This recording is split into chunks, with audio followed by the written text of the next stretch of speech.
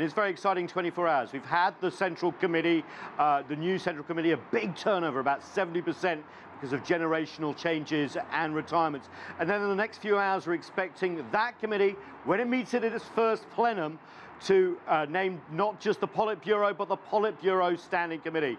It's usually made up of 7 people in the last 5 years. It has been 5, it has been 9. We'll be watching for the names and the numbers as well. And as you said, Xi Jinping's thought has now been incorporated into the party's constitution. Basically, this is very important.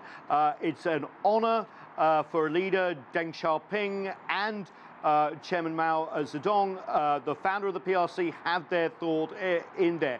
It's called Socialism with Chinese Characteristics for a New Era. Let's listen to General Secretary Xi.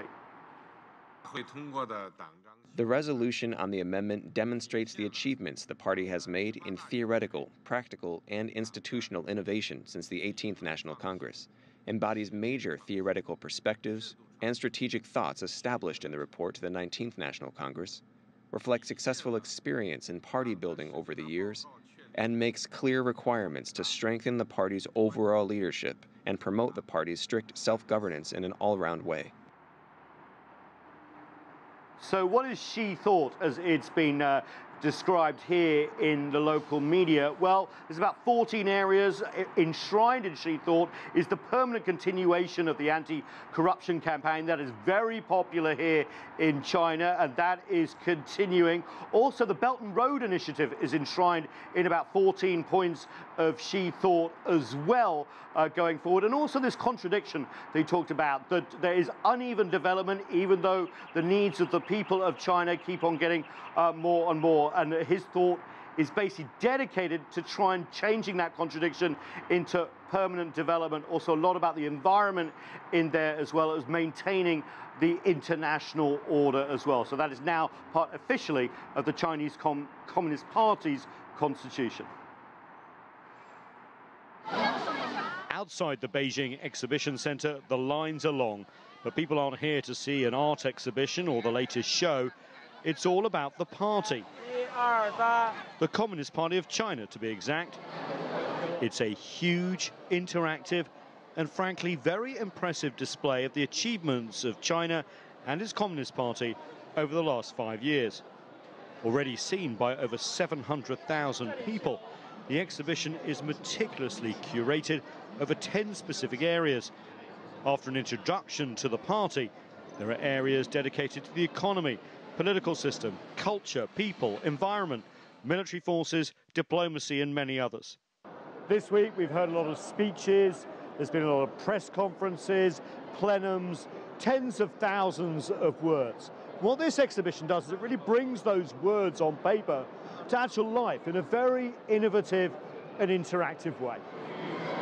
The exhibits help explain to China's next generation complicated concepts like quantum communications, big data, reforms of China's military. It also makes the young here feel confident and very proud. The poverty alleviation part impressed me most. General Secretary Xi is nice to ordinary people. He visited rural areas in person and tried to solve problems in people's daily life. Our country is developing very well, especially the economy. Our GDP is growing steadily, and science and technology have been developing very fast. The young may be looking to the future, but the older generation here can marvel at just how far China has come.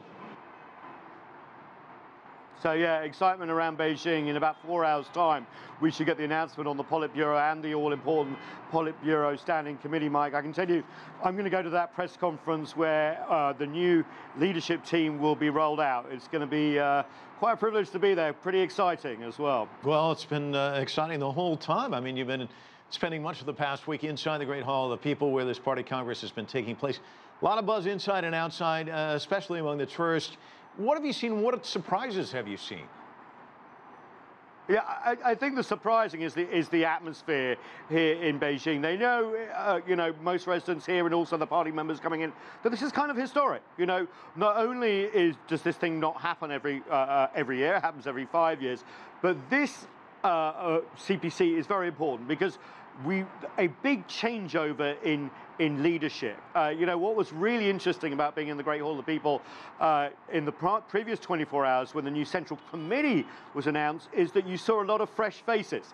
We're used to Chinese leaders in their 60s. Well, a lot of these new people in the Central Committee are in their 50s. Some are even in their 40s. So it really is a change in leadership. And talking about the buzz outside, yeah, I mean, I bumped into a lot of tourists here who are like, wow, we're here at this sort of historic time. And it's given them an opportunity to sort of learn about China's politics as well from the inside, not necessarily what they read in the media back home.